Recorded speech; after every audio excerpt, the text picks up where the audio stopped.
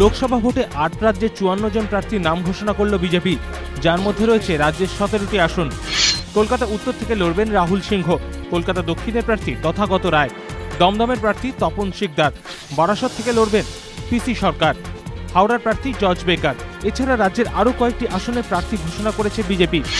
Diamond হারবারে Abhijit Das, উলুবেড়িয়ায় প্রার্থী করা হয়েছে আর.কে মহান্তিকে, কৃষ্ণনগরে সত্যব্রত মুখোপাধ্যায়, কোচবিহারের প্রার্থী হেমচন্দ্র বর্মন, জলপাইগুড়িতে সত্যলাল সরকার, মালদা উত্তরে দাঁড়াচ্ছেন সুভাষ কৃষ্ণ গোস্বামী, জঙ্গিপুরের সম্রাট ঘোষ, মুর্শিদাবাদের সুজিত ঘোষকে প্রার্থী করেছে বিজেপি। রানাঘাটে প্রার্থী করা হয়েছে সুপ্রভাত বিশ্বাসকে, মথুরাপুরে তপন নস্কর, বাঁকুড়ায় সুভাষ সরকার, বালুরঘাটে প্রার্থী করা হয়েছে বিষ্ণুপ্রিয় রায়চৌধুরীকে। জগদ্দল পাথর, ওদের প্রাণ নষ্ট হয়ে গেছে, ওরা পাথরে পরিণত হয়ে গেছে। ওরা চেয়ারটা চিনেছে, মানে they are not leader, they are manager. কাজে ম্যানেজার বিরুদ্ধে কর্মচারী বললে তারা শাস্তিমূলক ব্যবস্থা নেয়, কিন্তু ক্যাডার আর লিডার যদি হয় সেটা সহানুভূতির সঙ্গে শোনে। ম্যানেজার চালাচ্ছে, দলে তো লিডার এখন নেই, ক্যাডার নেই, এখন সব ম্যানেজার আর কর্মচারী। দল বহিষ্কার করেছে ২৪ ঘন্টাও কাটেনি, তার মধ্যেই ফের বিস্ফোরক রেজ্জাক মোল্লা, ফের কামান দাগলেন সদর দপ্তরে, আলিমুদ্দিন থেকে একেজি ভবন।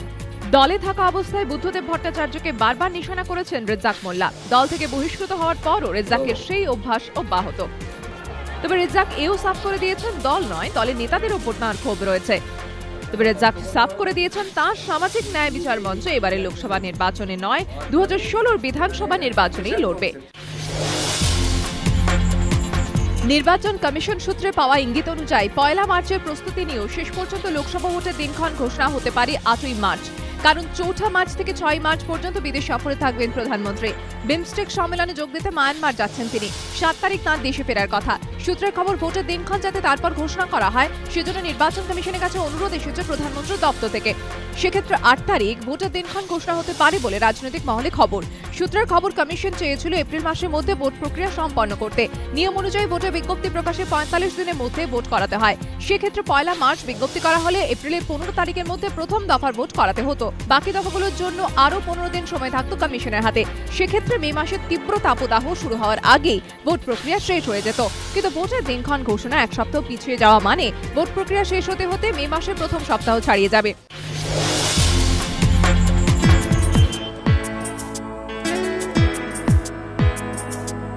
ন্যায্য মূল্যের ওষুধের দোকানের পর এবারে শহরে ন্যায্য মূল্যের নিত্য প্রয়োজনীয় জিনিসের দোকান। নাম রৌদ্র বৃষ্টি, উদ্যোগে খাদ্য দফতর। বৃহস্পতিবার উদ্বোধন করলেন সুব্রত মুখোপাধ্যায়।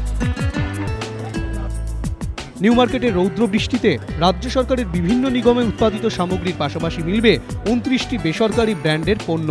রয়েছে প্রায় ৪২ রকমের নিত্য প্রয়োজনীয় জিনিসের পসরা। খাদ্যমন্ত্রী জানিয়েছেন, প্রথমটি কলকাতায় খোলা হলেও ধীরে ধীরে বিভিন্ন জেলা, শহর, মহকুমা ও পুর এলাকাতেও খোলা হবে এই ন্যায্য মূল্যের দোকান।